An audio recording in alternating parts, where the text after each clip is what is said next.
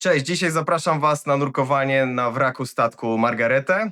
W tym filmie opowiem Wam historię tej jednostki, opowiem Wam o tym, jak i dlaczego zatonęła, a na koniec oprowadzę Was po trójwymiarowym modelu tego wraku, dzięki czemu sami zobaczycie, jak Margareta wygląda po ponad 110 latach od zatonięcia. Zapraszam do oglądania.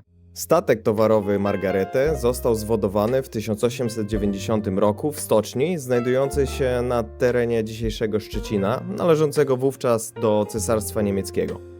Margaretę był parowcem o długości około 50 metrów i pojemności 417 ton rejestrowych brutto. W ostatnich latach swojej służby frachtowiec transportował towary pomiędzy Szczecinem a Królewcem. Było to ważne połączenie handlowe dwóch kluczowych portów Cesarstwa Niemieckiego, łączące przemysłowe Pomorze z rolniczymi Prusami Wschodnimi. Po wybuchu I wojny światowej w 1914 roku niemieckie transporty morskie stały się celem działań państw Ententy. Praktycznie każdy statek handlowy pływający pod niemiecką banderą mógł zostać uznany za jednostkę wspierającą wysiłek wojenny.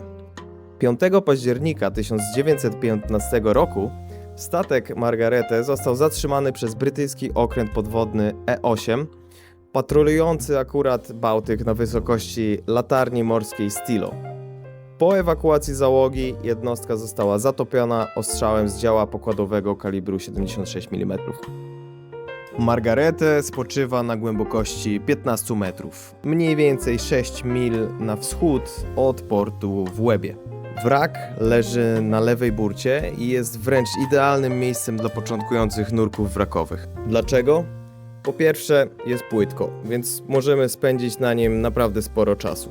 Po drugie, niewielka głębokość oznacza więcej światła, które dociera na dno, dzięki czemu wrak jest doskonale widoczny. No i po trzecie, na Margarecie można zobaczyć mnóstwo ciekawych detali.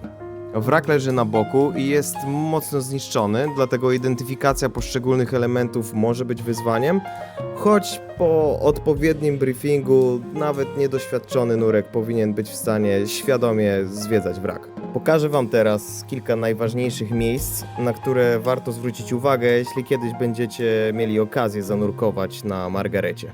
To jest trójwymiarowy model wraku, który udało nam się przygotować podczas projektu zorganizowanego przez nas w maju 2025 roku. W opisie tego filmu możecie znaleźć do niego link, a teraz przyjrzyjmy się mu z bliska. Zaczynamy od dziobu. To, co od razu rzuca się w oczy, to na pewno nazwa statku, nadal widniejąca na kadłubie. Zwróćcie też uwagę, że obydwie kotwice znajdują się dokładnie w tym samym miejscu, co na tym zdjęciu archiwalnym. Kolejna sekcja to przestrzeń ładunkowa. Tutaj możecie natknąć się na wyciągarki, połamane maszty, bomy i pozostałości luków ładowni. W centralnej części wraku mamy to, co zostało z nadbudówki i mostka.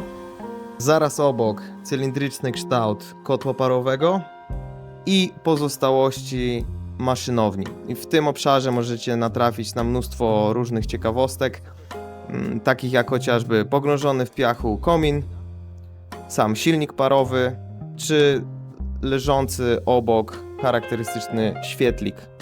Dalej w kierunku rufy znajduje się kolejna przestrzeń ładunkowa, więc tutaj na pewno natkniecie się na kolejne wyciągarki i pozostałości po ładowniach. No i na samej rufie możecie podziwiać dobrze zachowaną płetwę sterową, mechanizm sterowy i oczywiście śrubę otoczoną fragmentami połamanego kadłuba.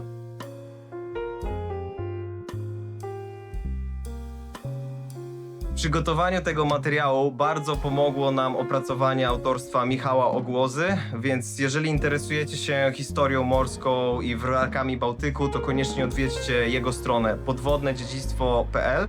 Link znajdziecie w opisie tego filmu. Dziękuję Wam za oglądanie i zapraszam do kolejnych filmów na kanale Dive House Baltic. Trzymajcie się.